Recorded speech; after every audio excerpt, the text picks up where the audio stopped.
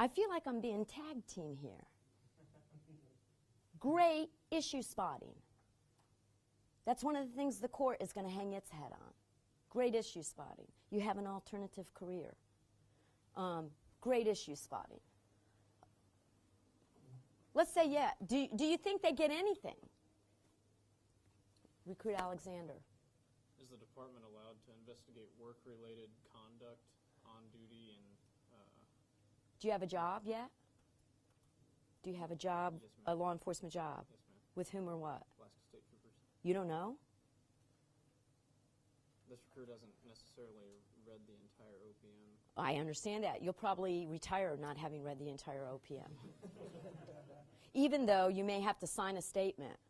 Do you have to sign something saying you've read it? What? Yeah, I know. I had a Border Patrol agent. I'm doing a courtroom testimony training for the Border Patrol, a 2-day training. I'm starting to cross-examine them on some of the stuff in the cross-examining. I'm the defense attorney on stuff of the OPM. And this person confided on the stand. Actually, I'd never read it. And then I stumble from this agent's own testimony. They have to sign swearing they've read it. Well, I didn't ask any more questions on cross-examination because in terms of that witness's credibility, I understand all this. I don't think that was a bad agent, and I don't think that was an agent that would ever lie under oath. But can you understand what a defense attorney is going to do with that, to a lay jury about this person's credibility?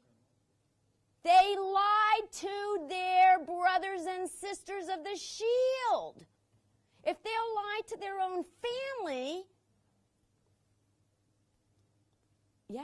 So anything you're signing here, this is part of your career. This part of your career is discoverable by defense attorneys. Do you know that?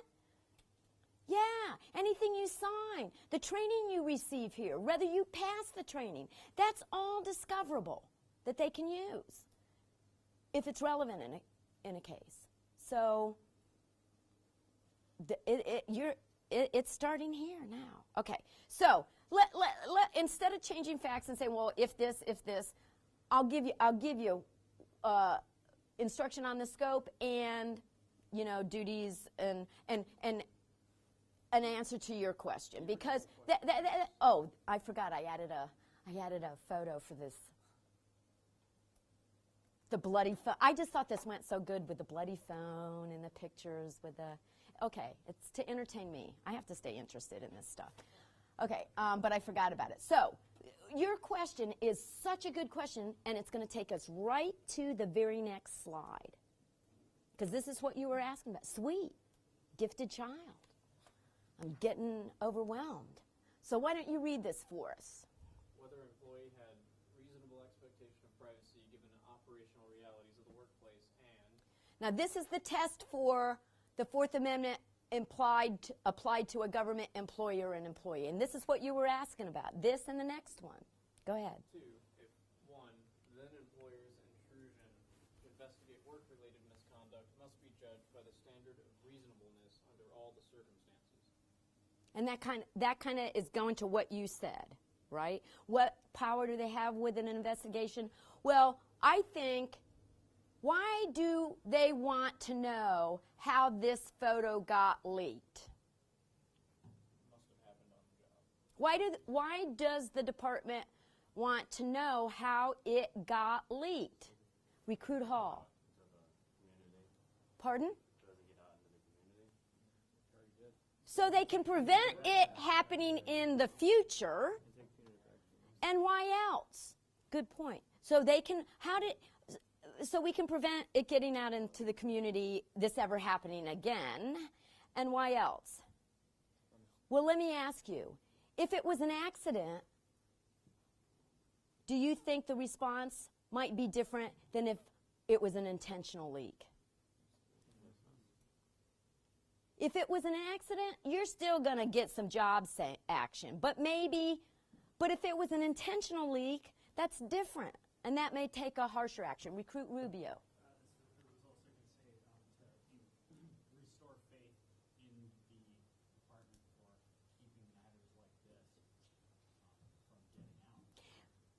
Yeah, to let the community know, we're investigating this, we're on it, we're going to find out how this happened, we're going to make sure it never happens again. And we can't do that unless we know how it happened, right? So this is the test, and I think their investigation is legitimate. It's work legitimate, agency legitimate, and that test is in that case. So here's, let me get my place back.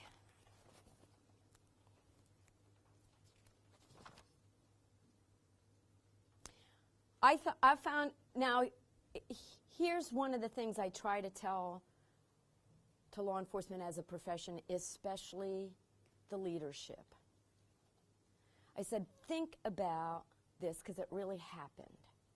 And because there had been no training, and there were no policies and procedures, and you hadn't gotten people thinking about stuff on the internet is on the wide world web, and you can't always maintain control of it. At a time when those departments, the U.S. Marshals and that local police department and that community should have been able to come together and grieve over the ultimate sacrifice that one of those officers made. Instead, the department is pitted against each other, fighting each other, going to court fighting each other, and it was all playing out in the newspaper. And lost in the headlines was the sacrifice that had been made on that day, while the family has this huge, publicized, court-litigated, nasty battle with itself. So that was the part that was most heartbreaking to me. And I found it no small cosmic coincidence that it was on April Fool's Day of last year, 2012, that the federal court in which this was being litigated ruled, first, the relatives, remember the ACLU representing the relatives whose phone it belonged to? First, their privacy right was diminished the minute they gave up their phones. Remember we mail a letter? Their privacy right was diminished the minute they turned their phone over to somebody else. Second, Lopez. The production of the text messages with the images for the relevant 10-day period was not overly intrusive. They narrowed it. We just want to look at we don't want to look at anything but text messages and attached photos for the 10-day period in which this could have happened. We're narrowing it. Second, limited scope. Third, the officers know this violates policy. You don't get to take fun crime scene photos, even circulate them amongst your buddies that are not involved in the investigation. That's crime scene evidence. There are policies and procedures about the handling of crime scene evidence, and that clearly violated the policy, and the officers knew that or should have known it. How about this? That photo is evidence from a crime scene. It's crime scene evidence. You don't have any privacy right to crime scene evidence. It doesn't belong to you. And the court took it out of the context. Remember, I did the sandwich board analogy. Oh, yeah. And the court compared that as evidence taken from a crime scene and hidden in an officer's personal car. Would you be able to go into the trunk and get it? Yeah. Now, and here's what I thought was interesting. I'll give you a couple of extra facts so you understand the difficulties the department was up against. The officer who took the photo during the IA investigation admitted taking it and forwarding it to another named officer. They go to that named officer.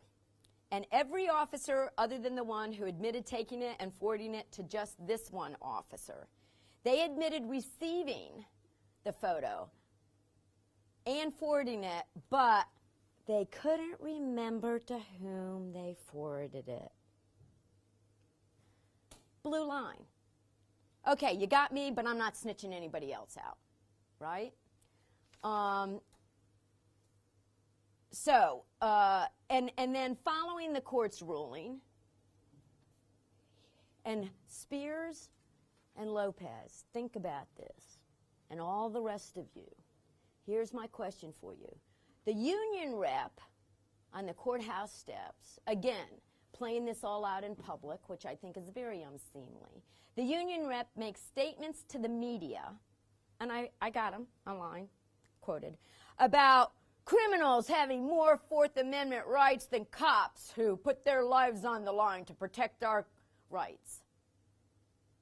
There's a big fallacy in that argument that just goes to show how confused and uninformed, I won't say stupid, I will say ignorant, even a union rep is about the law. What is the fallacy to arguing criminals have more rights than the cops in this case, have more constitutional rights? Take a stab at it, Spears. The fact that their agency is acting as an employer, conducting an internal investigation into an employee conduct versus the government actually imposing criminal sanctions. You didn't do it right, but that's okay. Not much practice. Well, and that's a cool thing. You're smart, but rhythm isn't. Yeah. Okay. I would say it like this so the public could understand it. They make that, here's what I would say if I was representing the department, so that the public could understand what you just said. I would say, that's right, ladies and gentlemen, that's right, members of the public. And if these officers want the same rights as criminal defendants, we'll give it to them. We'll turn the IA into a criminal investigation. Then they'll have the same rights as criminals.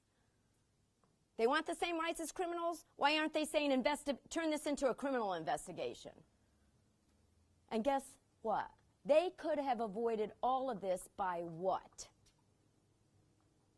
Just answering yeah. If they had just answered the IA questions, nobody would need to look at their phone. It wasn't about the privacy of all the contents on their cell phone that was jamming things up. You want to resolve this? You want the rights of criminals? We'll give them to you. Let's turn this into a criminal investigation. Tampering with crime scene evidence. The department was restrained and didn't do that. But we can accommodate you, union rep, if you want your folks to have the same. But it miscasts it to the public. And they're thinking, what? People who put their lives on the line don't? That's right. It's just like when you arrest somebody, rights attached that didn't belong to them when they were an unarrested, unsuspected citizen, right? Yeah, we understand that, but the public kind of doesn't. Okay, now let's look at a case where the defendant wanted an officer's personal cell phone records in a criminal case. Look at scenario 4 and talk amongst yourselves.